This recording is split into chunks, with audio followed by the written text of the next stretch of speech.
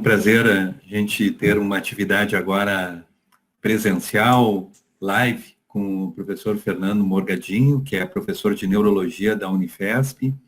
E aí tu podia também se apresentar, Fernando, os outros créditos aí. E a gente vai falar sobre complicações neurológicas e também sobre insônia, né? Falar a verdade, quando eu divulguei a tua aula, eu falei mais sobre insônia e o pessoal está muito interessado porque certamente muda o nosso padrão de sono, né? Então, fica à vontade aí, Fernando. Muito obrigado por contribuir novamente com o curso. É um prazer, obrigado pelo convite. Então, eu sou neurologista, sou docente, sou professor livre-docente da disciplina de neurologia da Unifesp, né? Trabalho com neurologia e foco muito em medicina do sono. Fiquei fora em um pós-doc no Canadá um período, 2 anos aí, uns anos atrás, e a gente tem trabalhado com pesquisa na área de sonolência, de insônia, perna inquieta, e um pouco de ritmo circadiano, que é o que a gente vai estar mostrando para vocês, que é o grande impacto em relação à pandemia, à quarentena, né? Eu vou começar aqui já vou já partilhar a tela com vocês. Muito bom. Então, vamos lá, conversar um pouquinho, gente. É um prazer estar aqui. A gente vai falar da importância e da análise das evidências de uma pandemia, especificamente hoje, focando as complicações neurológicas e mais especificamente ainda na relação do sono na época do Covid-19, né?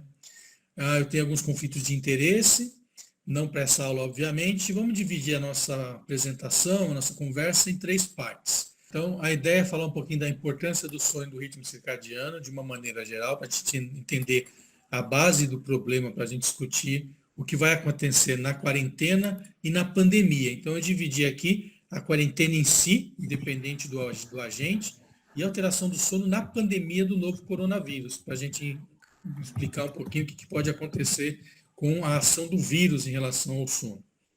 Então, o sono ele é fundamental para a vida, a gente sabe disso, e a gente reconhece que desde a primeira célula nossa, né, lá nosso tataravô há trilhões de anos atrás, há bilhões de anos atrás, a célula já tinha um padrão que a gente reconhece como de atividade e de repouso. Isso foi o primórdio do que a gente conhece hoje como sono. Então, toda célula, dependendo da sua complexidade, ela vai ter um sistema que vai fazer ela estar mais ativa e um sistema que ela vai estar menos ativa. Quando os organismos começaram a ganhar o status pluricelular, os órgãos, os sistemas, isso ganhou mais caracterização e teve maior complexidade, que a gente vai discutir como é a nossa maior complexidade do ser humano. A gente sabe, por exemplo, que nós trabalhamos com ritmos biológicos. Esses ritmos eles podem ser circadianos, que são ao redor de 24 horas, eles podem ser infradianos, quando eles são superiores a 28 horas, eles são ultradianos, quando eles são menores que 22 horas. Aqui, a gente vai falar muito dos ritmos circadianos, que são os ritmos mais comuns que a gente vive dentro da nossa biologia. E nesses ritmos circadianos, a gente tem que imaginar que o mais conhecido é o vigília-sono, onde a gente dorme, onde a gente fica acordado. Mas esse ritmo ele está muito relacionado com outras estruturas e funções muito básicas do organismo, como, por exemplo, a temperatura corpórea, secreção de hormônios, a parte de eventos bioquímicos, a atividade bioquímica do organismo. Tudo isso vai ciclar dentro de uma lógica, num padrão circadiano, que é ao redor, vou repetir, ao redor de 24 horas, não obrigatoriamente sendo às 24 horas. Quando eu falo especificamente da nossa complexidade ritmo circadiano, não tem como não falar da melatonina.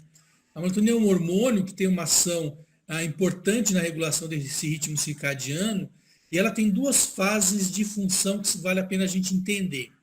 A primeira parte é a produção da melatonina. E essa produção da melatonina, ela se dá justamente por estímulo luminoso a nível de retina, que vai ter uma ação e uma interação com alguns núcleos no caminho em relação a parte da pineal, tendo uma ação supraquiasmática, uma relação do núcleo paraventricular, também tem interação periférica com o núcleo superior cervical, e essa interação junto com o estímulo luminoso vai fazer com que a pineal, as células da pineal produzam então a melatonina. É fundamental, gente, eu ter exposição luminosa para a produção. Por outro lado, Para eu liberar melatonina, para eu ter uma ação da indução do sono, eu preciso de escuridão. Então, eu tenho que ter o estímulo luminoso para a produção e a ausência de luz para a liberação. Se eu não tenho produção, ou seja, não tenho luz estimulando, eu não vou ter a produção. Se eu não tenho a escuridão, eu não vou ter a liberação. Então, é fundamental, durante o dia, se expor à luz e, durante a noite, evitar a exposição à luz para você ter liberação. Aqui nesse gráfico à direita é interessante e mostra que nós temos, fisiologicamente, 2 momentos de entrada no sono. Um deles que é num padrão clássico que a gente conhece, com a baixa de temperatura, lá pelas 10, 11 horas começa a baixar a temperatura, até ter a nadir ao redor das 4 da manhã. E um outro momento, que é o que a gente vê que é o efeito feijoada, depois do almoço. Então, fisiologicamente, o humano tende a ter 2 momentos de entrada do sono, com queda na temperatura e liberação da melatonina. Há uma relação inversamente proporcional entre temperatura e liberação de melatonina. Quanto menor a temperatura, maior a liberação de melatonina, mostrando assim como esse ciclo, esse conjunto de fatores anda junto para a gente ter a indução do sono.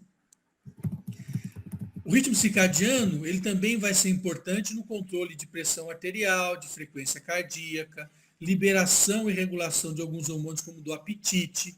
A parte de temperatura corpórea é fundamental, a gente vê o ritmo circadiano, além da performance de cognição e física, como também do humor. Então, dependendo do teu perfil e da tua predominância circadiana, você vai ter o pico de temperatura em hora diferente. Você vai ter a tua performance cognitiva em hora diferente do dia.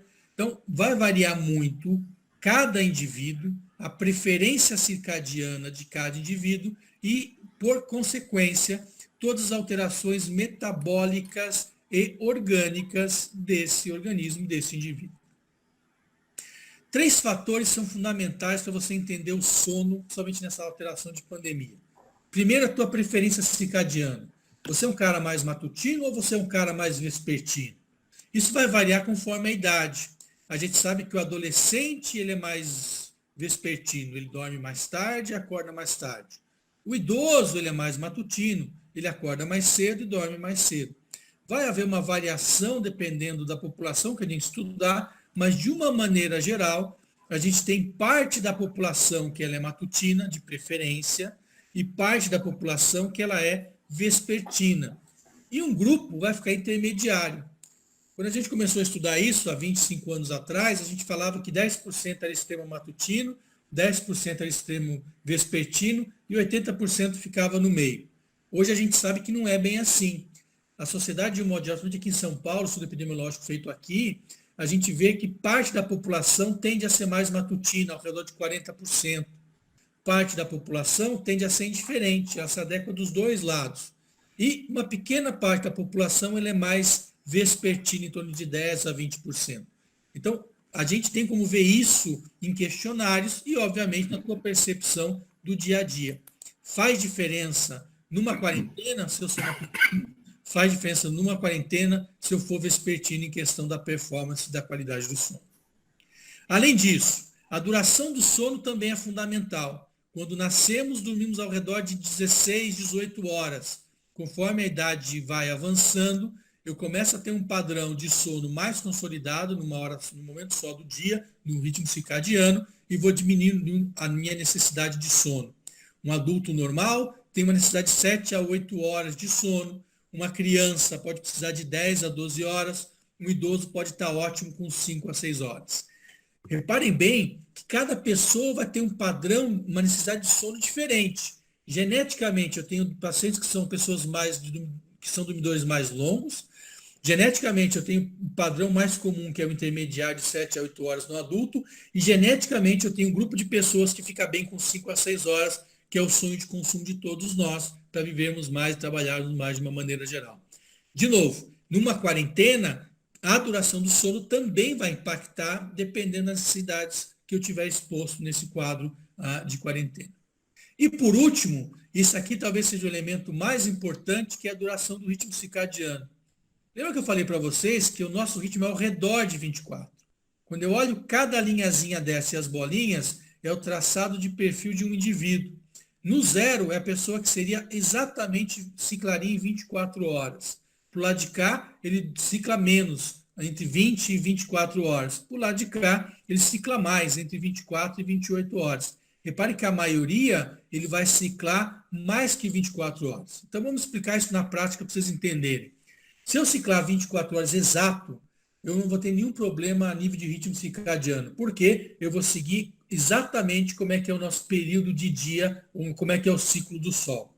Agora, vamos colocar didaticamente uma pessoa ciclando a 25 horas.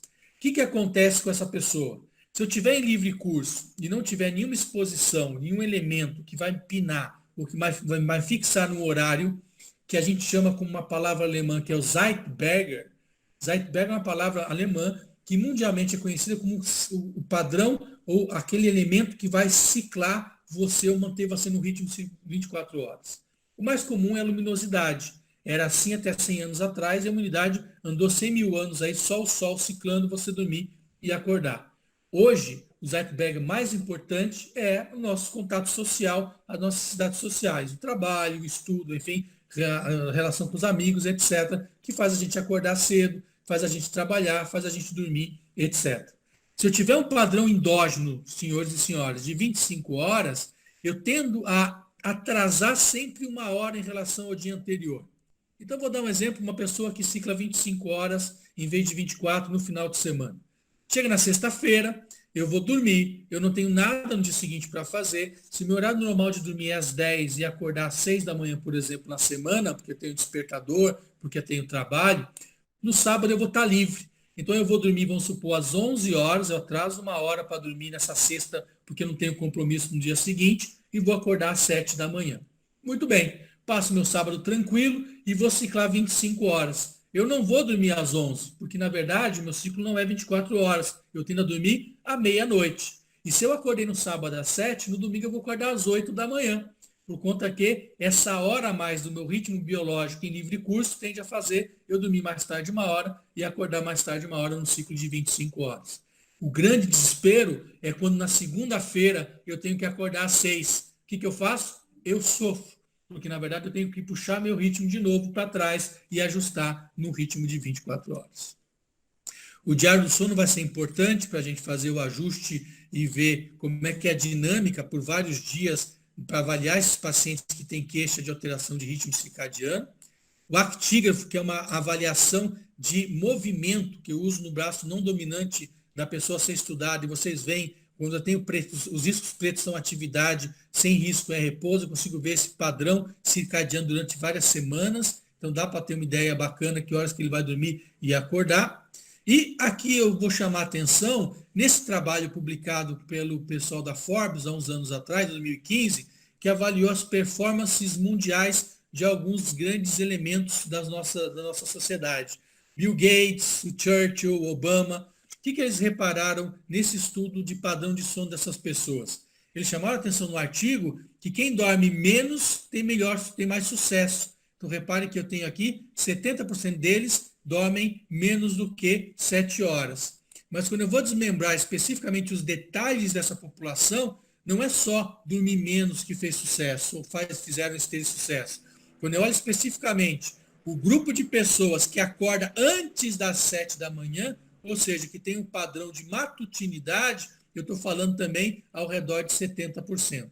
Então não é só a quantidade de sono pouca que faz as pessoas, que caracterizam as pessoas de sucesso na nossa sociedade atual ou moderna ou recente, mas sim um padrão circadiano de matutinidade. Aí vem o ditado, Deus ajuda quem cedo madruga. A nossa sociedade, ela é focada ou ela é muito direcionada e protetiva para quem é matutino. Um interesse para vocês verem como é que pode mudar num padrão de quarentena.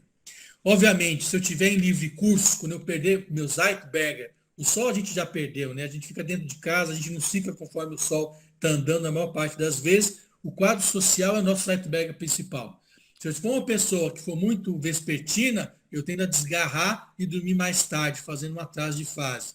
Se for um cara mais matutino, eu tendo a desgarrar e dormir cada vez mais cedo. Ou eu posso fazer um padrão completamente irregular, como esse aqui, como eu falei no final de semana. Eu vou aumentando 1 hora a cada dia, porque eu não tenho mais o Zeitberger social, que é importante, e eu tendo a ter, então, um atraso na minha hora de dormir e de acordar, e em momentos eu vou ter completamente a inversão do meu ritmo circadiano. Dá para entender a dificuldade de sono de algumas pessoas quando eu perco meu Zeitberger social, por exemplo, numa quarentena.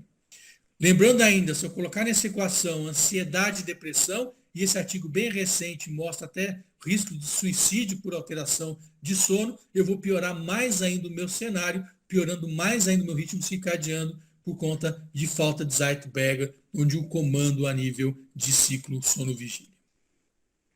Como é que eu trato isso, gente? Obviamente que você ter uma medida de higiene do sono, ela é fundamental. Exposição solar é fundamental pela manhã.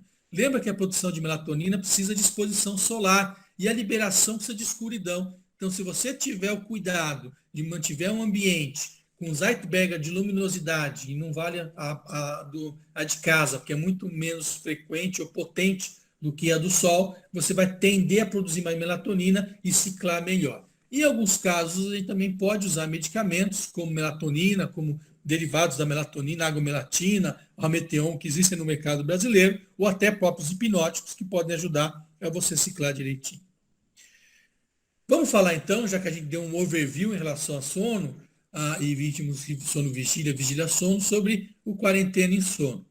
O que acontece quando a gente começa a ter um padrão de isolamento social agora, pensando em quarentena? O que a gente sabe é que o isolamento social impacta neurobiologicamente a gente.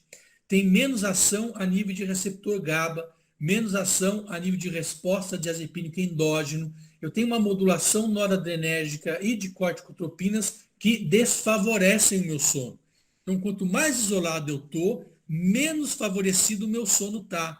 Mais dificuldade eu vou ter de entrar no sono, com pior, então, do meu padrão sono-vigília, que já vai estar prejudicado por conta da falta do Zeitberger que a gente conversou. Quando eu somo ainda, saber que na solidão eu tenho então a ficar mais isolado. Quanto mais isolado, maior o risco que eu tenho de morte e mortalidade. Eu pioro mais o sono, fazendo feedback negativo, pior ainda fica a minha situação de quarentena quando eu tenho um isolamento mais importante. Então, além de biologicamente eu estar prejudicado em questão do ciclo sono-vigília, de eu ter fatores de ansiedade e de depressão, a solidão, o isolamento, leva também a quadros neurobiológicos importantes de piora de qualidade do sono. Aqui vale a pena a gente imaginar que nem tudo é ruim quando temos um padrão desse de quarentena mundial. Eu otimizei a minha interface pela internet. Otimizei ela de maneira pessoal, otimizei ela de maneira de saúde, otimizei ela de maneira de trabalho. Então, eu tenho uma gama de fatores que eu ganhei ou que eu otimizei quando eu começo a usar a internet de maneira muito mais usual e muito mais necessária. Necessidade faz o ladrão, como a gente brinca, né? A gente otimizou a internet e essa relação entre pessoas e trabalho por conta de uma necessidade. Mas óbvio que quando eu começo a expor a internet mais, alguns problemas podem acontecer, como, por exemplo, a dependência de internet. Sabidamente, os adolescentes estão sem aula, estão com uma quantidade de aula menores, têm tempo mais livre, não saem de casa, a tendência deles é ficarem muito mais na internet e a dependência começa a ficar mais frequente. Então, mostrando o dano que pode trazer o uso da internet nesse período de quarentena. Se eu imagino que eu estou dependente da internet, já não quero dormir para ficar jogando, e eu somo a isso um padrão biológico de luz azul, que é uma luz curta no espectro e que é muito rica em devices ou aparelhos como o iPad, como o iPhone, como celulares, smartphones, etc., eu vou ter então um caldo ou uma sopa que é muito pouco nutritiva para o nosso sono. Então tem que imaginar que é um desserviço para o sono você ficar viciado para jogar à noite e, além disso, colocar em cima a luz azul que vai inibir a liberação da melatonina, trazendo assim mais um ingrediente para essa nossa história negativa em relação ao sono. Esse artigo é bem interessante, publicado recentemente, que dá para a gente ajustar a necessidade de medidas para melhorar a qualidade do sono. que são medidas gerais. Ele dividiu em medidas para a mulher, mãe de família, e medidas do profissional de saúde que está em contato com o Covid. Eu não vou ler tudo, obviamente, vai estar aqui a referência, depois vocês podem dar uma olhada, mas horários regulares de dormir e acordar, cochilos, manter uma rotina de alimentação, manter a cama só para sono e atividade sexual, são medidas importantes que a gente tem para manter a qualidade do sono, né? Manter o seu ritmo circadiano habitual, manter atividades com horários regrados de você fazer as coisas, manter contatos sociais com os amigos, evitar a exposição de luz à noite, manter a exposição solar de dia. Então, tudo que a gente falou em relação ao ritmo circadiano, ele vai ser fundamental para que você mantenha uma rotina adequada e que melhore a sua qualidade do sono, né? A parte do envolvimento da família, cuidado com as crianças, lembrar se você estiver morando, por exemplo, num cômodo só, né? Se morar num quarto de hotel, como eu estou morando aí agora nesse período, você tem que imaginar que você tem que mudar o seu ambiente, mesmo sendo o mesmo ambiente, nem que seja a nível de posição de móveis, de almofada, de postura, de situação, para que você reconheça situações diferentes durante o dia e durante a noite. Então, mesmo numa quarentena, num lugar onde você tem uma família, um lugar pequeno, se você tomar o cuidado de você mudar o ambiente, enfim, mudar a posição dos móveis, mudar o esquema da cama, dos travesseiros, etc., você cria um habitat diferente para o sono. Isso pode ajudar a então, entender que ali é um local de dormir ou é o momento de dormir no mesmo habitat. Interessante essa colocação que esse artigo traz para a gente. Lembrar que quem está exposto ao Covid, ou trabalhando com Covid, sempre quando sair do plantão, tomar cuidado em questão do trajeto para casa, de você evitar a sobrecarga de estudo ou de informação, de você ter um tempo livre e fazer parte lúdica num momento em que você está fora da atividade laboral. Então, é fundamental a gente entender o mecanismo que leva para compreender as medidas que são propostas. Isso vocês agora começam a ter um pouco mais de noção para ajudar a qualidade do sono. Muito bom. Refeições também leves, enfim, vale a pena depois vocês darem lida nesse artigo. Ele é bem amplo e divide aí para cada grupo que foi estudado. Medicamento de modo geral, como é que a gente age em medicamento? Não é uma boa usar medicamento sem prescrição médica, isso a gente sabe, efeitos colaterais são importantes. E lembrar da insônia, o tratamento da insônia no período de quarentena passa muito por alteração comportamental, gente. Você começar a adequar o seu ritmo numa quarentena, manter um ritmo circadiano numa lógica de Zeitgeist social que você crie. E lembrar que tratamento de insônia modernamente passa, independente de quarentena ou não, por medidas cognitivas comportamentais que vão ajudar muito a gente a ter uma noção em relação aos nossos hábitos e mudar, então, padrões de comportamento. Vamos falar um pouquinho sobre a ação do vírus, especificamente no sono. Lembrar que nossa história não é a primeira história de pandemia no mundo, nem vai ser a última. Em 18, quando a gente teve a pandemia da gripe espanhola, a gente teve uma morte aí de 50 a 100 milhões de pessoas, somente na Europa, onde era a região mais populosa na era moderna na época. E lembrar que tem muita similaridade do coronavírus com o H1N1, da parte de infecção, quando eu falo em questão da natureza de ser um retrovírus, e com outros retrovírus de uma maneira geral.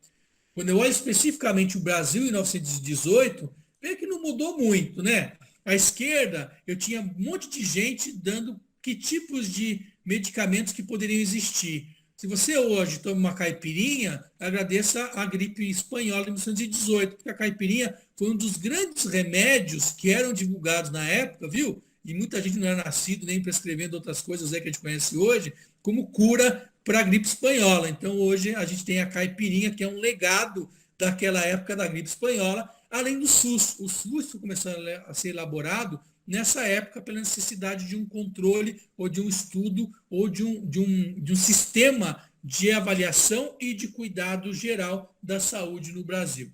Aqui à direita, só para terminar essa parte do slide, a dificuldade de enterro já tinha nessa época. Aqui é um relato de um indivíduo que foi sequestrado pela polícia para fazer trabalho funerário à noite, tamanha demanda de mortalidade pela gripe espanhola naquela situação. A polícia sequestrava os indivíduos, punha para trabalhar para enterrar as pessoas e depois devolvia no endereço por conta da falta ou por morte de coveiros. Quando a gente olha as alterações neurológicas e, obviamente, do sono com a epidemia do novo coronavírus, muito pouca evidência se tem. A gente sabe que são muitos artigos, mas com pouca evidência, relatos de casos, como a gente tem aqui, dos casos de Wuhan, na China, na parte neurológica. Aqui esse artigo é especificamente do sono, o que eles pegaram em Wuhan durante a pandemia, e eles avaliaram justamente a qualidade do sono por um questionário de Pittsburgh e viram que eu tenho uma relação de piora da qualidade do sono, quanto mais ansioso eu estou, quanto mais depressivo eu estou, e tem uma melhor qualidade do sono, quanto mais eu tenho de suporte psicológico, mais eu tenho suporte pessoal, eu fico melhor. Então, é uma relação direta do sono em questão da qualidade individual de suporte psicológico e negativa quando eu tenho mais ansiedade, quando eu tenho mais depressão. Quando eu coloco nesse mesmo artigo, nessa mesma população, o elemento financeiro, e aí que eu chamo a atenção, eu posso estar passando dificuldade em questão de quarentena, não ver as pessoas, mas se eu tenho um cenário favorável financeiro, estou recebendo bem de plantão, estou ganhando dinheiro, eu tendo a ter um sono melhor se eu não tiver esse suporte financeiro. Então, sim, essa relação econômica nesse questionário mostrou as pessoas com melhor situação financeira, trabalhando mais, tendo melhor predisposição de dinheiro, eles dormiram melhor no contexto quando comparado com a certa dificuldade financeira. Óbvio que quando eu olho para a Covid-19 e a necessidade intensiva de parte dos pacientes, eu tenho que imaginar que eu vou ter também impacto na qualidade do sono.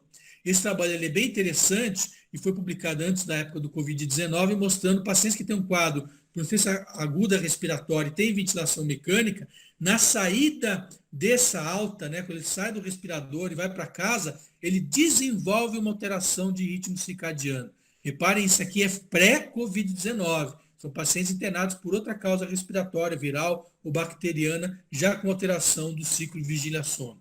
Quando eu olho especificamente o padrão de um mamífero grande, como o urso polar ou o urso não polar, eu vou ver que a hibernação faz parte da rotina desses pacientes. E a ideia que a gente tem é que quando a gente hiberna, a gente dorme bem. E a resposta é não. Quando esses animais hibernam, eles ficam muito privados de sono, porque eles só fazem N1 e N2. Eles não fazem N3, que é profundo, nem o REM. Então, eles saem muito privados de sono. Há quem discuta recentemente até se a hibernação tem uma relação direta com o sono. O que a gente sabe é que é um sono de péssima qualidade. Assim como pacientes que são sedados. Quando eu ponho o paciente em terapia intensiva para ventilar mecanicamente por 3 semanas, com medicação e sedação contínua, esses pacientes eles não dormem bem. Eles não fazem N1, N3, não fazem N3, nem fazem REM, como a gente viu naquela hibernação. E o impacto disso, por incrível que pareça, é tremendo a nível cognitivo. Eu perco alteração, eu tenho alteração na atenção, na memória, em função psicomotora, em função executiva, na percepção. Então, reparem que os nossos pacientes que vão estar ventilando, seja por um quadro respiratório pelo Covid-19 ou quaisquer outros quadros infecciosos ou autoimunes, enfim, de doenças pulmonares, vão ter impacto a nível de cognição por alteração da qualidade do sono. Paciente em terapia intensiva, então, tem vários motivos para não dormir bem. Barulho, dor, estresse, a própria ventilação, a sedação, com impacto direto depois na alta em vários dos domínios cognitivos que a gente conhece. Quando eu falo em apneia do sono, que é uma doença do sono bem conhecida e bem prevalente ao redor de 30% da população, estamos falando de um momento em que o paciente com apneia do sono pode tratar com várias maneiras. E o mais conhecido hoje é o que? Usar CPAP. Imagina um paciente com Covid-19 com CPAP. O que vai acontecer? Eu vou ter aerosol jogando para todo lugar do quarto, contaminando completamente aquele ambiente e as pessoas que estão ao redor. Então, bem recentemente, tem saído semana passada, e cada vez mais tem se estudado o uso do aparelho intraoral, que tem uma ação localizada na boca, tem de anteriorizar a mandíbula e você não tem pressão alguma sem a liberação e contaminação do ambiente dos aerosóis. Então, há uma tendência a mudar o padrão de tratamento dos pacientes com apneia do sono, mesmo mais graves, evitando a ventilação não invasiva, para que a gente tenha, então, mais segurança para o paciente e para quem tem ao redor. Para não deixar terminar, como cada um quer dar um possível tratamento do Covid-19, esse artigo também é recente, mostrando que a melatonina ela tem uma ação anti-inflamatória importante e pode ter, sim, em doses muito mais altas do que a gente conhece hoje, para o sono, doses realmente 10 a 15 vezes maiores do que a gente hoje usa para ciclar o ciclo vigília-sono, pode ter uma ação benéfica a nível do Covid-19. Obrigado pela atenção de vocês, eu fico à disposição para a gente conversar. A gente já teve um comentário aqui do Massur, falando que está trocado, né? Que a insônia dele aumentou, não está conseguindo produzir no tempo que está com insônia, né? Já deve estar na fase de 5 por noite. E aí ele pergunta se essa dose 15 vezes maiores de melatonina não seria tóxica. A pergunta é muito boa. Obrigado, Mansur, pela pergunta. Assim, tem um grupo argentino que na década de 80 começou a estudar e achava que a melatonina era a fonte da juventude, numa dose muito aumentada. O que aconteceu é que eles tomaram a vida toda a melatonina e continuaram envelhecendo como nós todos. Então, a gente conhece eles velhinhos no Congresso, mesmo com apesar da melatonina. A resposta é não. Aparentemente, não tem toxicidade. Há alguns estudos da melatonina com uso em pacientes com insuficiência coronariana, uma ação aguda anti-inflamatória da placa que desencadeia a síndrome coronariana. Tem estudo em paciente séptico também, com infecções bacterianas, por exemplo, em doses altas e aparentemente não tem toxicidade. O que a gente sabe é se há benefício. Isso a gente tem dúvida, né? Pode ser que o benefício não exista, ninguém comprovou nada ainda, mas em questão de envelhecimento, a gente realmente não teve nenhum ganho quando usou melatonina nessa dose.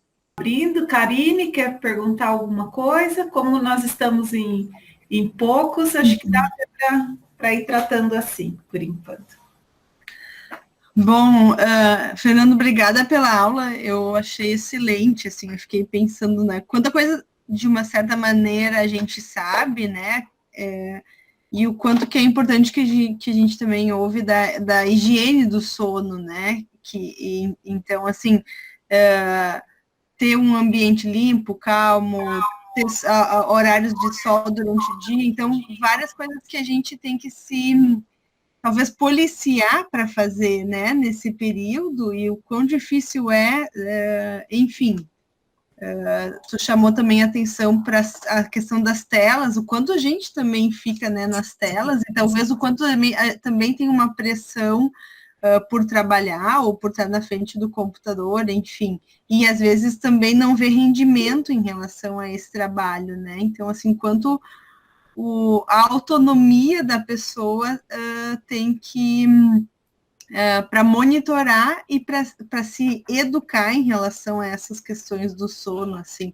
nesse momento de distanciamento social, o quanto que esse tema me pareceu importante, assim, então me chamou a atenção nesse sentido nosso autocuidado, né, de a gente se gerenciar, assim, de tudo que tu falou, porque são coisas que a gente também pode estimular antes, né, de entrar numa medicação, né, ter esse autocuidado. Então, o quanto de informação foi útil e importante, assim. Foi mais um comentário do que uma pergunta, né? Karine, eu te agradeço o comentário, assim, na verdade, na quarentena, a gente se conhece, porque quando nós estamos numa rotina, nós somos produto daquilo que a gente está do meio, tá certo? Quando você começa a ficar independente dessa rotina, você começa a ver o teu padrão biológico, essa é a primeira coisa. E segundo, quanto que você é dependente daquele circuitaria que você corre, né? É o ratinho na gaiola, né, rodando para correr e chegar a lugar nenhum. Então é um momento, acho que muito legal, filosoficamente falando, para ver quanto que algumas coisas que eu faço são realmente importantes para mim. Quanto que isso agrega valor, sabe? Trabalhar tanto em tal coisa, nesse caminho, nesse sentido, quanto que isso realmente vai agregar? Quanto que eu tenho de benefício? Porque às vezes a gente entra numa roda viva, e não falam alguns, não todos, grande parte de nós entra numa roda viva, quando você vê, você está num contexto que você prejudicou o seu sono, que você está trabalhando demais, mesmo sem quarentena. Quando você para, você fala, pô, peraí, o que eu realmente preciso fazer, o que realmente vai me agregar valor. Eu acho que é o momento também da gente passar a fazer um reboot, né, em questão das coisas e pensar, eu estou fazendo bem para mim, então isso vai fazer legal, porque isso vai impactar, né? A nossa vida daqui 10, 15, 20 anos é uma coisa que vai ser resultado do que a gente faz hoje. Então, a quarentena te dá essa importância de você entender o seu feedback do que você faz hoje mais rapidamente. Que você está mais sozinho, você consegue ter percepção maior, né? Eu acho que esse comentário é muito importante para a gente refletir filosoficamente como é que a gente está levando a vida. Perfeito. Eu lembrei também do exercício físico, né? Que também algumas pessoas estão voltando a fazer, outras ainda não, né? E quanto que ele também influencia nessa questão do nosso sono. Né? Bem-estar geral, né? Concordo. Eu vou para o hospital de pedal, eu pedalo. Tendo pedalar, quando eu vou, não fico pedalando muito por causa da quarentena, mas quando eu tenho atividade hospitalar, eu faço 2, 3 vezes por semana, eu pego a bike e vou pedalando. Quando eu fizer o fechamento total aqui, vou ter que passar na carteirinha, na ciclofaixa, mostrando para os caras, né? Mas realmente a atividade física é fundamental. Em casa, você arrumar um grupo para fazer ginástica, esse é um momento que melhora muito a qualidade do organismo e também tem impacto positivo no sono. Muito bem. Bom, o Ayrton colocou aqui que a pergunta era sobre o efeito do álcool na insônia durante a quarentena e se tem algum estudo mostrando o impacto. Acho que provavelmente porque a gente já discutiu aqui no curso, né, que tem já estudo mostrando aumento do consumo de álcool, né, durante a pandemia, e agora o Ayrton correlaciona isso com, com as questões do sono aí. Então, assim, a colocação é muito pertinente. Eu vou voltar mais ou menos 10 anos atrás. Eu fiquei em Toronto 2 anos como pós-doutorando e tinha de família minha, eu sou português, tinha comunidade portuguesa lá. Em Toronto, por 4, 5 meses no mês é quarentena, né? As pessoas trabalham e voltam para casa. O que foi visto na comunidade portuguesa lá? Aumento de ingesta de álcool e violência doméstica. Então, na década de 60, quando o pessoal veio migrado, né, principalmente da Madeira, eles, por conta da parte, enfim, historicamente, começou a ter uma comunidade muito forte portuguesa lá, que fazia serviços braçais para os canadenses, e eles começaram a reparar que a comunidade era muito violenta, então tinha violência doméstica e abuso de álcool. O que foi feito para conseguir revolucionar, para melhorar esse padrão? Eles começaram a criar clubes para você socializar mais as pessoas durante essa quarentena de inverno, onde você tinha a inclusão ou o isolamento das famílias. Então, quando você puxa esse quarentena, que a gente teve experiência e conheceu bem, e você traz para um quadro mundial, a expectativa é que as pessoas realmente elas acabem tendo mais consumo de álcool, com todas as consequências que isso tem. O álcool ele é ótimo para induzir o sono, mas ele é péssimo para perpetuar o sono. Quem dorme depois de ter tomado uns gorós a mais, sabe como é que acorda muito mal, porque o álcool inibe o sono profundo. Então, apesar de induzir o sono, ele faz o sono de muito péssima qualidade, com uma dificuldade no dia seguinte de privação de sono que se apresenta. Mais a violência doméstica. Então, com certeza, esses fatores vão estar linkados e tem um overlap em relação ao que a gente vê do sono, do álcool, da violência doméstica, por exemplo. Fernando, mesmo em quantidades pequenas, ele inibe o sono profundo? Não, em quantidades pequenas. É o desespero da moça. Só da reunião saiu uns 10 agora, depois que eu falei isso, né? Tô brincando. Aí... Advogando em casa própria. Karine, eu percebi uma preocupação aí, viu? Deu para Cuidado que isso fica gravado, né? Dose pequena, ela não tem problema. Uma dose maior. Agora depende muito de quanto você está acostumado a beber, quanto que é a tua metabolização hepática do álcool, né? Isso vai ter impacto. Mas quem nunca bebeu nada, uma dose pequena pode interferir. Quem está habituado a tomar uma taça de vinho pequena todo dia ou toda noite, isso vai ser menos impactante. Agora, doses maiores mesmo, que tem nível de embriaguez, mesmo leve, já impactam no sono.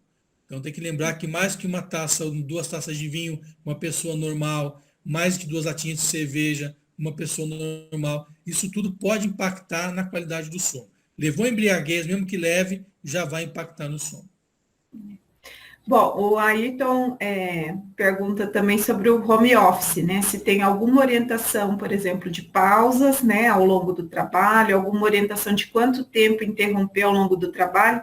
E aí a gente sabe que tem essas questões de pausa, até por outras questões, como a questão da própria coagulação, né, que a gente fica muito tempo sentado e sem mexer as pernas, enfim, mas tem alguma coisa relacionada à melhora da qualidade do sono também com essas pausas, ou o que impacta mesmo é o tempo de uso da tela, né, porque a gente sabe que tem a questão da luz, né, da exposição da luz. Eu acho que assim, se a gente mantiver o corpo mais saudável, cada hora você fazer um alongamento, etc., isso vai melhorar na qualidade do sono. Se eu tiver exposição e luminosidade natural de manhã, isso vai melhorar a qualidade do sono. Se eu evitar a exposição da luz azul ou dos aparelhos à noite, isso melhora a liberação de melatonina, isso melhora a parte do sono também. Eu acho que o ritmo circadiano, com os horários, além da saúde geral, vai te criar um mecanismo ou um esquema de tempo, temporalidade, né? Uma agenda na cabeça que vai te ajudar. Então, trabalho em home office, mas faz esquema de trabalho mesmo, né? O horário tal a tal trabalhar, que a gente faz no momento e fala, não, tá beleza. Aí você fica comendo em frente ao computador, bebe em frente ao computador, mistura coisa pessoal com coisa de trabalho. Isso é ruim, porque o teu organismo começa a entender que a alimentação pode ser em qualquer momento, você começa a comer muito mais, você vai poder ficar acordado em qualquer momento, você não vai dormir à noite.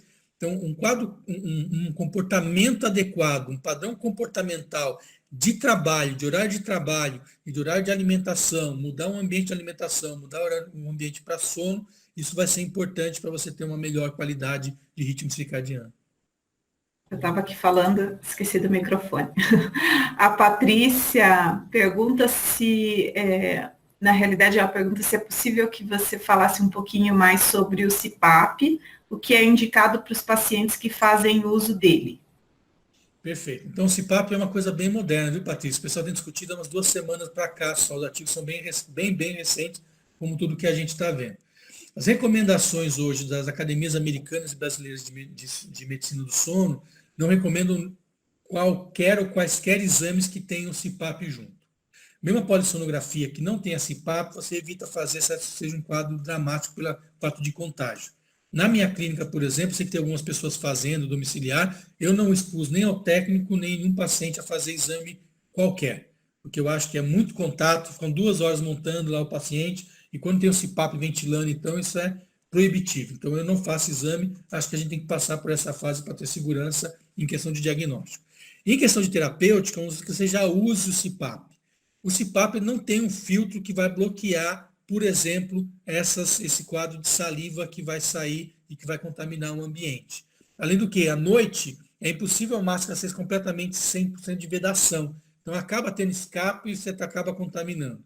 Então, qual que é o ideal? Se eu tiver um paciente com Covid-19 confirmado, por 14 dias, aquele ambiente do CPAP tem que ser completamente isolado e completamente limpo frequentemente. Isso é importante a gente entender. Então, o paciente com Covid em ventilação com CPAP ou com BIPAP tem que ter um cuidado em distância com os aerosóis, que é muito maior do que uma pessoa que dorme sem o CPAP. Então, essa é a primeira coisa, quando eu tenho um contaminado usando. Quando eu não sei se eu estou contaminado ou quando eu não estou contaminado, o cuidado ele tem que ser também importante. Tão importante que esse artigo que eu mostrei, que saiu ontem ou 3 dias atrás, ele mostra que a tendência é a gente trocar a ventilação pela dificuldade de você vedar esse quadro de aerosóis que vão ficar expostos durante toda a noite, respirando, pelo aparelho intraoral que ele é localizado. Mas isso é muito novo, Patrícia, ainda. Também não dá, porque a gente sabe que o novo coronavírus tende a desenvolver um Covid-19 mais grave em quem tem quadro metabólico. E a apneia do sono, quando está descompensada, é um grande fator para a alteração metabólica. Um artigo que saiu agora ontem sobre a apneia do sono, obesidade metabólica e Covid-19, aumentando o risco, porque a gente sabe que ele predispõe em quem tem a síndrome metabólica que está descompensada. Então, o que eu recomendo para os meus pacientes? Um cuidado importante de higiene no quarto, quando eu tenho Covid, isolamento completo. Quando eu não tenho Covid ou quando eu não sei o que tem, manter a higiene muito próxima ou muito cuidadosa desse aparelho. Tem hoje recomendações de sociedades no site. Isso vai ajudar a gente a tomar o cuidado. E óbvio que a exposição desse partner, seja a esposa ou o esposo de quem está dormindo junto, vai ter maior risco de contaminação, sim. No futuro, eu acho que o aparelho intraoral em pacientes vai proteger, embora não tenha tanta eficácia para tratar como o CPAP. Ótimo. O Massur tinha falado, né, quando a gente estava falando ainda do home office, ele tinha perguntado, né, se a gente tem que dividir os espaços e tempos, então. Bom, acho que a resposta deve ser sim, né? Eu estou até aqui pensando, né, se aqui na minha casa sempre teve o hábito de comer só na mesa. A gente sempre fez isso, né? Então, a gente não tem hábito de ir para frente da tela para a sala, para outros ambientes com comida. Eu fico imaginando se não tivesse essa regra já, porque é uma regra, é um hábito que a gente adquiriu, hoje não precisa nem impor mais, né? Mas eu fico imaginando se não tivesse essa regra na minha cabeça, já pré-definida, se eu não estaria muito mais isolada aqui nesse quartinho de trabalho do que eu já estou, né? Porque eu estou aqui pensando, daqui a pouco eu vou descer para comer, então a gente, né, vai se organizando em relação a isso. Aí eu emendo com a pergunta do Ayrton, que pergunta sobre o café e sobre o chimarrão, como um bom gaúcho, né, Ayrton? Boas perguntas, vamos lá. Então, assim, a cafeína, de modo geral, ela tem uma ação de inibir receptor de adenosina. Então, rapidamente para explicar, tem o ATP, vira ADP e P. A adenosina, eu tenho receptor no prosencéfalo basal, que é uma região cerebral, que vai mostrar para a gente. Quanto mais ADP, mais adenosina, ou seja, mais degradação de ATP, mais tempo se passou, mais energia se passou, mais eu preciso dormir. Então, conforme eu vou aumentando a conexão dos meus receptores com o ADP, mais sono eu vou tendo. O café, ele bloqueia isso. Então, ele tem uma ação de bloqueio dessa adenosina do prosencéfalo basal. Então, ele melhora o alerta, porque ele inibe essa fase do sono, especificamente nessa região. A cafeína, para quem está habituado, é uma substância que ajuda muito em manter a vigília. O grande problema é que a cafeína tem uma meia-vida de mais de 10 horas no organismo. Por aquilo que pareça, ela fica um tempão no organismo. Alguém pode falar, não, mas eu tomo cafeína na hora de dormir, não sinto nada e tal. Óbvio que vai depender do teu hábito de usar cafeína.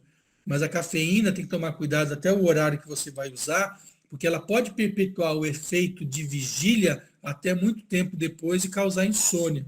Então, de modo geral, a gente recomenda usar cafeína, seja chimarrão, seja café mesmo, expresso ou de outro tipo, ou refrigerante com cafeína, no máximo até as 16, 17 horas, para você depois ter um sono de uma qualidade boa. Mas é um desafio grande, há quem diga que a sociedade moderna só é o que é por causa da cafeína. Então, realmente, ela tem destaque dentro não só do sono, mas na ciência de modo geral. E daí, da mesma maneira, o chimarrão também é estimulante, né? Então, ele entra nessa... Quaisquer das maneiras de se ingerir cafeína ou outras substâncias que são estimulantes vão ter essa mesma característica. Bom, acho que não temos... Como tudo no Covid, né? Está tudo muito novo e a gente não sabe o quanto isso vai impactar, né? O que a gente já sabe são as questões do isolamento, né? De receber menos luz solar, de sair menos de casa, de conseguir fazer menos exercício físico, né? Ou fazer um exercício físico diferente do que a gente fazia, que certamente é menos... efetivo. Contribui menos, né, para ter sono. Eu queria fazer uma pergunta que não tem a ver com Covid, mas é uma coisa que a gente sempre... Você até falou na aula, né, que sobre os idosos e os jovens, né, a questão de ser vespertino, matutino. Tem alguma explicação de por que esse padrão de sono vai mudando tanto, além da questão da atividade, né? Que muitas vezes só falam como se o idoso fizesse menos atividade, por isso ele tivesse menos sono. A gente sabe que não é bem assim, né? A gente tem idosos que até são ativos e reclamam, né, do problema de sono. Você tem alguma coisa em relação a isso, Fernando? A pergunta é muito boa, né? A evolução do sono durante o crescimento e o desenvolvimento e o envelhecimento é um desafio grande nosso. A gente sabe que quanto mais épocas que a gente dorme mais em horas, tem melhor performance cognitiva. Então, você é o que é em 98% das coisas do que você desenvolveu até o 2º ano de idade, ou até o 4º ano de idade. A linguagem que você desenvolveu, o jeito de andar, o jeito de postura corpórea, a parte de estrutura cerebral, funcional, é tudo no início. E nessa fase a gente dorme um montão e a gente tem realmente uma capacidade neuronal que é invejável.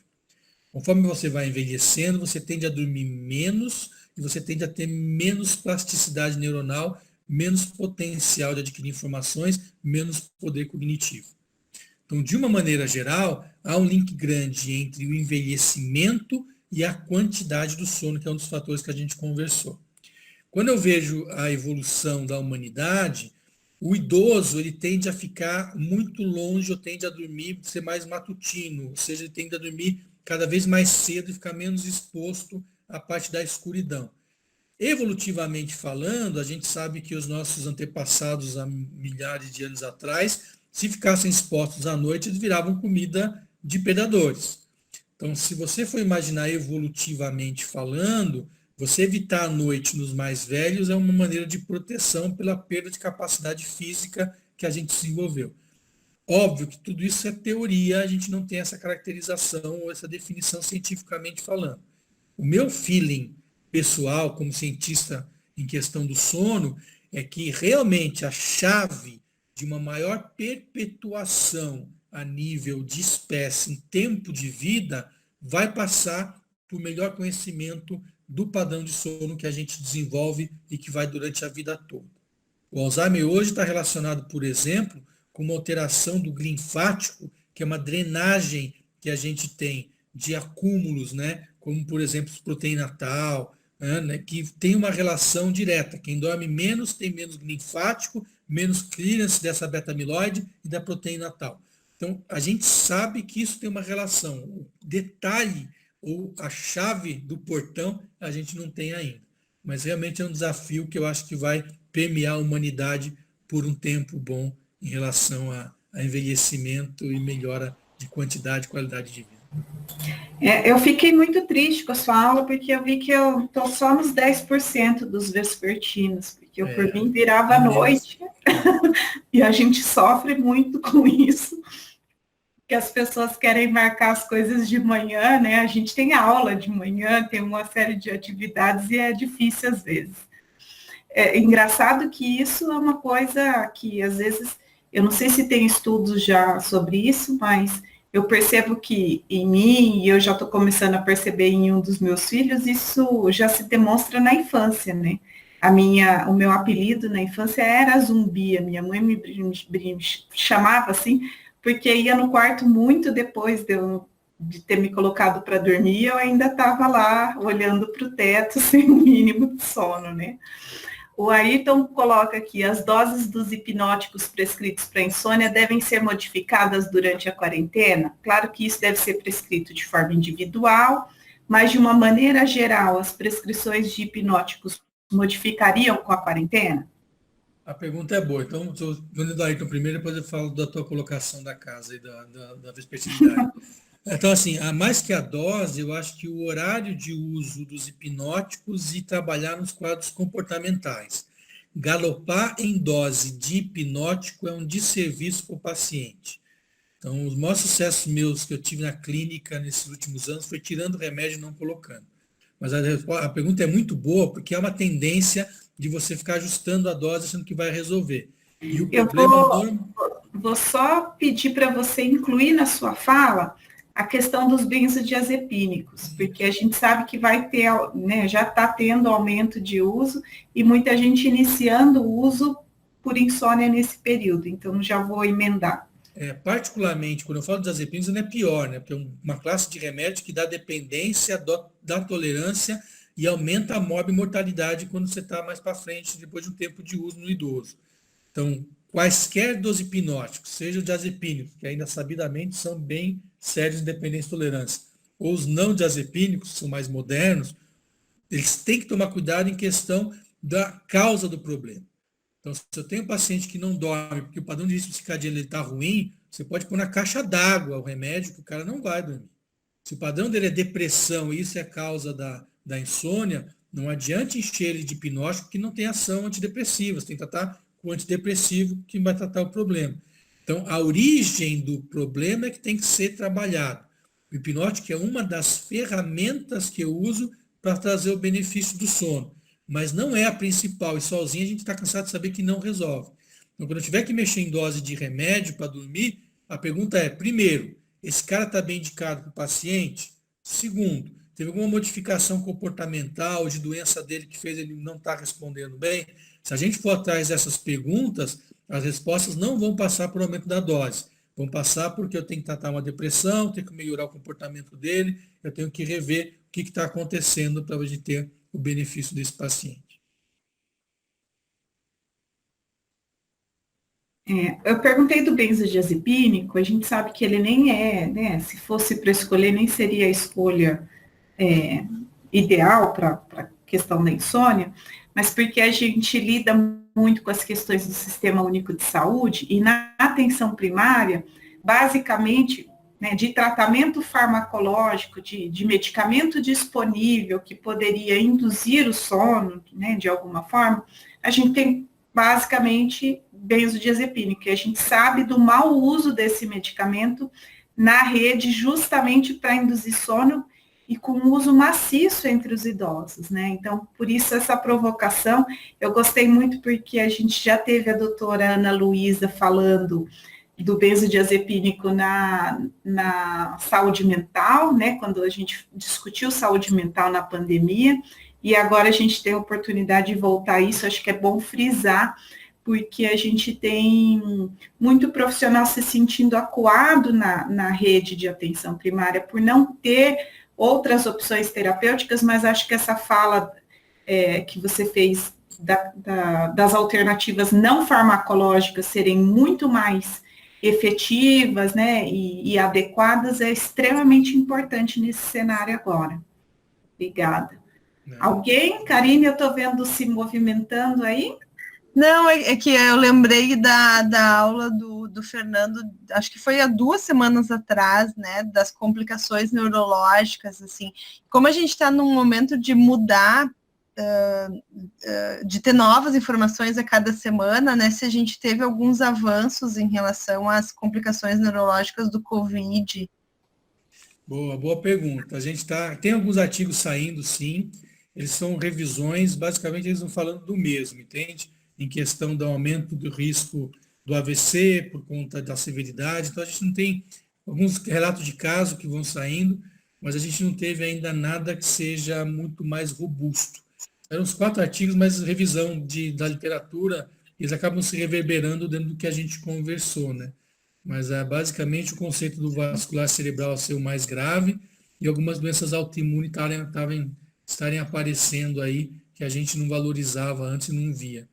Mas o caminho é que a frequência é grande. Eu acho que ainda não deu tempo daquela parte a médio prazo que a gente conversou, né? Eu acho que daqui 1, 2, 5 anos é que a gente talvez veja alterações neurológicas da evolução crônica da infecção.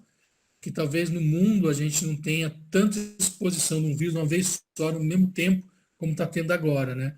Só espero que as nossas ideias negativas em questão de risco estejam erradas, porque se realmente tiver predisposição de alterações de doenças crônicas para frente, isso vai ter uma prevalência muito grande para a nossa geração e para que está vindo, principalmente para cuidar da gente. Nossa. O Ayrton comenta aqui, né, que a qualidade do sono também pode ter interação com outros medicamentos, né, por exemplo, o uso de corticoide. É muito boa a colocação do Ayrton. A gente pode ter o sono, como eu falei, quando você começa o paciente com dificuldade de dormir, a consulta de avaliação da insônia é muito complexa, que vai desde os hábitos do paciente, medicamento que usa. Medicamentos simples, que a gente não valoriza, podem impactar no sono. O propranolol, por exemplo, que é um beta-bloqueador que usa na hipertensão arterial e algumas outras causas aí. Ele dá insônia. Se usar à noite, esse cara vai ter insônia. Os antihistamínicos para alergia vão dar sonolência. Então, assim, tem o corticoide, vai dar mania, vai dar insônia. Então, dependendo da medicação que o paciente está usando, ele pode impactar. Às vezes, só a mudança da medicação já vai fazer diferença. E eu vou ser mais ousado ainda para responder para o Ayrton uma coisa bem mais up-to-date, que eu acho que é bem interessante. Tem um senhor que trabalha em oncologia em Toronto, e a gente conheceu, o pai de um colega nosso que foi fellow nosso lá. Esse cara, saiu da Suécia e está morando lá. Ele é um cara que investe. O que ele estuda? Ele estuda cronobiologia farmacológica. O que ele consegue ver? Tem artigo mostrando que se eu for um cara matutino, o horário do meu antibiótico, por exemplo, uma infecção, tem que ser diferente de um cara que é vespertino. Porque o horário de ação metabólica, hepática, distribuição plasmática, etc., vai ser diferente porque o meu perfil circadiano é diferente. Se eu imaginar isso, eu vou ver que cada pessoa que eu prescrevo um remédio de 12 em 12 horas, vai fazer muita diferença saber qual horário que ele começa o primeiro e vai tomar o segundo. Então, muda completamente o nosso conceito de farmacologia geral na população, você entende? Então, assim, não só a qualidade do remédio interfere no sono, mas o horário que eu tomo esse remédio pode fazer diferença na função daquele indivíduo. Então, realmente é uma complexidade que a gente toma e que no futuro acho que vai ser bastante interessante para a gente trabalhar. Acho que a gente está começando a ter uma diversidade muito grande, né, em relação a algumas coisas que pareciam muito simples, posologia, parecia uma coisa assim, só ver o intervalo de dose, a dose máxima e dose mínima. A gente começa a perceber que essas coisas já se sabia, né, que não era tão simples assim, mas elas vão ganhando, né, complexidade, vão ganhando um corpo de evidências que a gente não tinha disponível antes, né? Então, se prescrever e dispensar medicamentos já não era fácil quando era só o esquema posológico, agora vai ficar um pouquinho mais complicado com o passar dos anos, né? A gente tem essa tendência. Bom, o Ayrton agradeceu também, né? Eu acho que bem preocupante esse cenário da gente ter uma perspectiva, né, de que se tiver alteração neurológica a longo prazo, a prevalência pode ser grande mesmo, né? Ainda que seja pequena, em proporção, a gente sabe que como tem muita gente afetada, essa prevalência não vai ser pequena em números absolutos, né? E mais um desafio para o sistema de saúde, né? E começou uma população jovem também, né? Está afetando, mesmo assintomático, as crianças estão tendo exposição, né? A gente não sabe como é que vai ser essa geração crescendo com esse cara, né? Então, tem gente mais idosa, tem gente mais jovem. Na verdade, grande parcela da população mundial foi exposta. Então, isso pode ter impacto. Impacto, enfim, a nível de... Além disso, a gente tem a questão que reabilitação não é o forte dos nossos sistemas de saúde, né? Tudo bem que o sistema de saúde privado tem alguma vantagem em relação ao público, mas eu tenho a impressão que mesmo no privado, reabilitação não é uma coisa tão simples, né? A gente sabe de vários relatos de pessoas que tiveram, eu tenho fisioterapia até tantas sessões, mas depois disso, como é que fica, né? E esses planos de saúde também, essa relação nem sempre é tão clara, né? Do quanto eu posso usar esses serviços de reabilitação, então vai ser um desafio grande. O Ayrton está sugerindo indicar caipirinha em vez de cloroquina, porque pelo menos o pessoal vai ficar mais alegre. Ayrton, só que tem que ser pouca caipirinha, senão a gente não dorme bem. Atrapalha o sono. Estão ouvindo? Que bom, que bom. Mas até foi melhor fazer as perguntas. Não, eu achei muito interessante que a história mostra que os problemas se repetem, né, Fernando? Principalmente nas pandemias e nas quarentenas, né? O problema é aprender com isso, né? Exatamente. A gente aprendeu muito, mas ainda está longe de conseguir ter um plano. Assim, se você olhar os países que têm mais experiência em situações de pandemia ou de epidemia, você vai ver que eles vão saindo melhores nessa pandemia, né?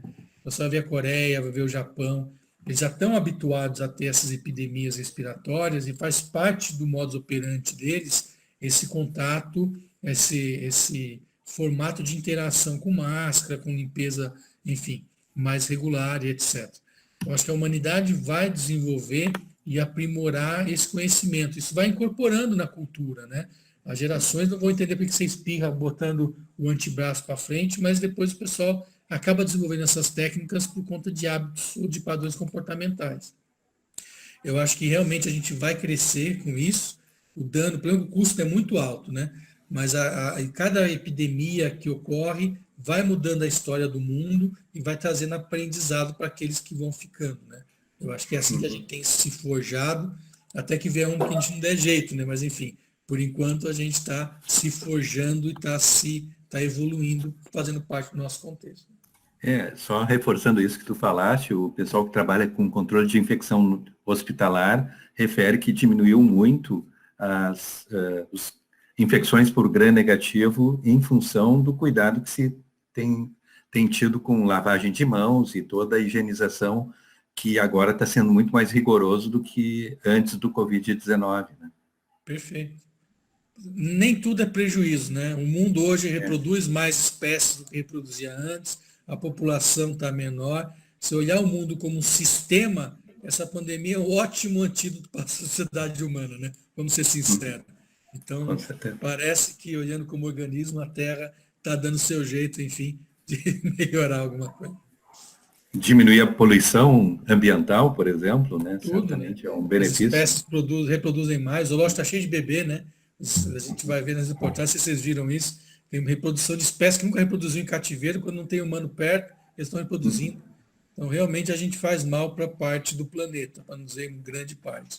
Né? Eu acho que essa é uma verdade incontestável da pandemia, né? A gente vê o quanto a qualidade do ar, já tem relato, né, de rios também melhorando em pouquíssimo tempo, né? A gente, assim, bom, primeiro que nem todo mundo se isolou. Eu li uma frase hoje que eu achei ótima, que a pessoa colocou assim: estamos, acho que há 40 dias, 20 dias, a pessoa colocou, em casa esperando o isolamento social, né? Porque em algumas cidades o isolamento social parece que não aconteceu ainda, né? Mas é difícil mesmo. A gente vê o movimento aqui ao redor da minha casa, pelo menos a gente vê um aumento considerável, né? Eu moro em São Paulo, teoricamente hoje é feriado aqui em São Paulo, né? Esse feriadão que foi uma das medidas, uma das tentativas. Eu não vou nem entrar no mérito se isso funciona ou não funciona, mas é uma tentativa, e a gente escuta o barulho da rua e tudo com muita intensidade. Mas certamente a gente já conseguiu ver um impacto muito grande só da redução do número de pessoas circulando, como que isso impactou, né? Vamos esperar para ver como que fica. A gente vai mudar, né? Conforme a gente consegue fazer mais à distância, a gente precisa morar mais um em cima do outro, né? Você pode morar mais distante, num lugar mais tranquilo, mais saudável, e fazer interação menos vezes. Então, tudo isso pode mudar radicalmente o nosso modus operandi, né? Em questão de estrutura social, inclusive. Agora, até voltando um pouquinho no nosso assunto de sono, fiquei pensando aqui que daqui a algum tempo devem ter muitos estudos sobre como as crianças que passaram por esse período vão ter o sono afetado, né? Porque em períodos normais, as crianças tendem a ter uma rotina, né, minimamente, de sair, se organizar para ir para a escola, voltar, comer, fazer as atividades, né? Sejam atividades programadas, outras aulas, né? Seja brincar e ter um horário para isso, um horário para tomar banho, um horário para ir dormir. A gente tende a tentar colocar as crianças numa rotina até para facilitar a vida dos pais, né? Isso eu estou falando até como uma mãe. E nessa história de ficar todo mundo em casa, existe uma tendência dessas rotinas, né, se complicarem. Por mais que você estabeleça um horário, como não fez muita atividade ou como ficou muito na tela, acaba não conseguindo dormir, pede para assistir mais um pouco, pede para ficar acordado até mais tarde, né? Então, certamente isso vai afetar, né? A gente percebe principalmente nas crianças menores, a gente coloca elas para dormir e tinha um ambiente mais quieto, né, que favorecia essa soneca e tudo mais, e agora está todo mundo em casa, todo mundo falando, porta batendo, então eu fico imaginando que mesmo para as crianças, para os bebês mesmo, para as crianças menores, isso possa ter um impacto mesmo, né? É porque não é só o nosso padrão de sono que mudou, né? As pessoas também estão mais ansiosas, né? As pessoas vai impactar na relação com as crianças de modo geral. E como eu disse, dependendo até a violência doméstica aumenta, né? Então, realmente, esse padrão de isolamento, ele tende a impactar de uma maneira importante. A criança ela é muito plástica, né? Ela acaba voltando a habituar, mas eu acho que sim, eu acho que a gente pode ter repercussão a nível de qualidade do sono. A gente tem o sono que a gente teve, o nosso hábito de sono em casa é muito do que a gente teve quando era criança. Então, se essa pandemia se durar, né, o pior cenário catastrófico, durar meses, anos aí, com certeza o padrão de sono vai impactar para gerações futuras. Se ela for curta, tende a gente estabilizar e a gente caminhar de uma maneira mais tranquila, mas eu acho que sim. Eu acho que isso vai interferir até nas próximas gerações, dependendo da severidade e duração que a gente tiver dessa quarentena. Bom, aí, então, Karine, querem fazer mais alguma pergunta? Algum dos nossos alunos? Não me ocorre agora. Tem alguma diretriz clínica sobre insônia desenvolvida para o Brasil especificamente, assim, que tu recomendas? A gente tem. Quer ver? Eu vou pegar. Ótimo. Isso foi feito, acho que ano passado, eu faço parte, vocês conseguem ver? Sim. Diagnóstico e tratamento. Isso aqui é da Associação Brasileira de Sono. Então, a gente, cada 3, 5 anos, o grupo se reúne e faz atualização. Então, se você olhar a Sociedade Brasileira do Sono no site, você vai ver lá que, não sei se está em PDF disponível, acredito que sim, mas isso é recente, tem 1 ano que a gente fez, e a gente sempre atualiza a medicação. Eu fiz parte do grupo da medicação, por exemplo, revisão de medicações, etc. Ótimo. Então, é sempre legal. Procurem coisa de sono na Associação Brasileira de Medicina do Sono, ou do Sono, que é a IABS, e aí vocês vão ter o material ou o encaminhamento para conseguir. Certamente vamos olhar, né, Ayrton? A gente Isso aí. Diretriz. Isso aí, muito bom. Se vocês não te conseguirem, vocês me falam que eu tenho alguns exemplares aqui para vocês. Passo álcool. O que a gente está trabalhando, a Daniela e eu, é sobre implementação agora, até para o Ministério da Saúde, né? Estratégias de implementação de diretrizes clínicas, que acho que é um tema muito importante para o país, né? Aquele artigo que eu falei da referência que eu citei, alguns tópicos, vamos ficar lendo, aquilo está muito detalhado, está bem legal nas medidas na mulher, no profissional de saúde, na população geral. Eu acho que vale a pena dar uma olhada, que aquilo é da pessoa americana, Academia Americana de Medicina do Sono. Ótimo. Bom, só agradecer aí a tua participação, tua disponibilidade. Certamente o pessoal que está online está aproveitando, e como está sendo gravado, né? Certamente mais gente vai poder assistir. A gente teve uma particularidade nesse caso, né? Que a sua aula, as outras aulas tinham um tempo maior entre a aula e a live, mas a gente achou bem oportuno para poder falar de sono, que era uma coisa que a gente tinha falado bastante na sua aula de complicações neurológicas, né? E acho que casou bem. A Patrícia está aqui agradecendo, a gente agradece demais, você foi muito solícito, né, Ayrton? Didático. Super didático, foi muito proveitoso e só agradecer mesmo. Agradeço a oportunidade, precisando da gente, é só falar. Combinado. E bom feriado, então, aí. Obrigado, vamos curtir um feriadaço. Isso aí. Tchau, saúde.